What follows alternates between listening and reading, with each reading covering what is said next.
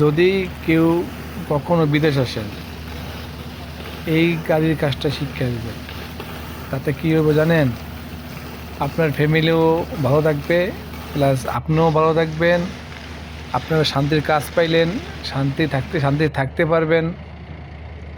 আর যদি কাম না শিখে আসেন, এই গাড়িটার বেতন কমপক্ষে 3500 রিয়াল, সৌদি আরবের রিয়াল 3500 রিয়াল। যদি কাজ শিখে আসতে পারেন তাহলে কমপক্ষে 1 লাখ টাকা বাড়ি বাড়াইতে পারবেন। কোনো কষ্ট নাই, শুধু গাড়ি চালানটা অভিজ্ঞতা থাকতে হইব। কিন্তু আমরা কি করি, কোনো দক্ষতা তো অর্জন করিই না, প্লাস আমার ভিসা দেব মামায়, আমার ভিসা দেব চাচায়, আমার ভিসা দেব পাশের বাড়ির ভাই, খালাতো ভাই, ভাইগনা, মামা, এইসব জিনিস দিয়ে আমরা ভিসা সৌদি আরব আসি। আসলে কিন্তু সহজ।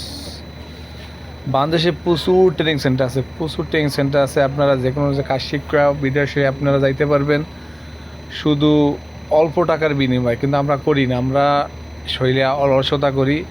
দেখেন এই ড্রাইভারটা ইন্ডিয়ান, এরা ইন্ডিয়ান লোক বেশিরভাগই কাজ শিখে আসে, লেবারে আসেই না। যত লেবার, যত ক্লিনার, যত সুইপার, যত বাংলাদেশি লোক পাইবেন। তাছাড়া অন্য দেশের লোক একদমই কম।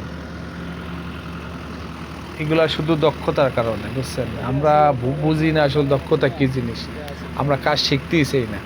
কাজ শিখতে গেলে আমরা যে কি করি, কী যে রাগ হই।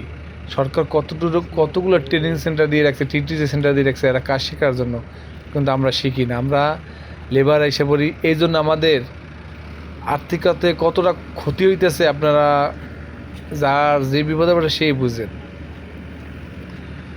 সৌদি আরব, মালয়েশিয়া, কাতার, দুবাই, যতই দেখো যে রাষ্ট্রের কথা কন, দক্ষ হইতে পারেন আপনি কিছু করতে পারবেন, দক্ষ হইবেন না আপনি কিচ্ছু করতে পারবেন না। এটা কিন্তু সঠিক, কিন্তু আমরা বুঝি না বিদায় আমরা এইগুলো করি।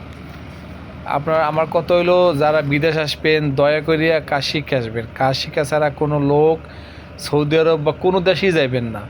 লেবার ভিসায় যাইবেন না। লেবার ভিসায় আপনারা দেখেন, একটা অপারেটরের বেতন কমপক্ষে 2000 টাকা বেতন, 2000 রিয়াল বেতন। তারও 1 বছর, আপনারও 1 বছর, তার 1 বছরের বেতন পাইতেছে সে কত টাকা, আর আপনার লেবারও 1 বছরের বেতন পাইতেছেন কত টাকা, হিসাব করছেন? তাতে কী হইতেছে? আপনি ফ্যামিলিটাও কষ্ট পাইতেছেন, নিজেও কষ্ট পাইতেছেন, কষ্টও বেশি করতে আছেন, কিন্তু ফল পাইতেছেন জিরো। তাই আমি সবাই কমু, কাজ শিখে আসেন। কাজ শেখা ছাড়া কোনো লোক সৌদি আরব আইসেন না, কোনো দেশেই যাইবেন না। কোনো দেশে কাজ শেখা ছাড়া কোনো লোক যাইবেন না। অন্তপক্ষে এক জায়গায় দক্ষতা নিয়ে আসবে না। হয়তো এই গাড়ির কথা বলতেছে, এই গাড়ির নাম জেসিবি। এই গাড়িটার কথা কেন বলতেছি জানেন? এই গাড়িটার কথা বলতেছি এই কারণেই যে এইসব চাকরি করলে মনে করেন শান্তির চাকরি, আসার অন্য চাকরি কষ্টের চাকরি। ধন্যবাদ সবাইরে, কথাগুলোর মন দিয়ে শুনে।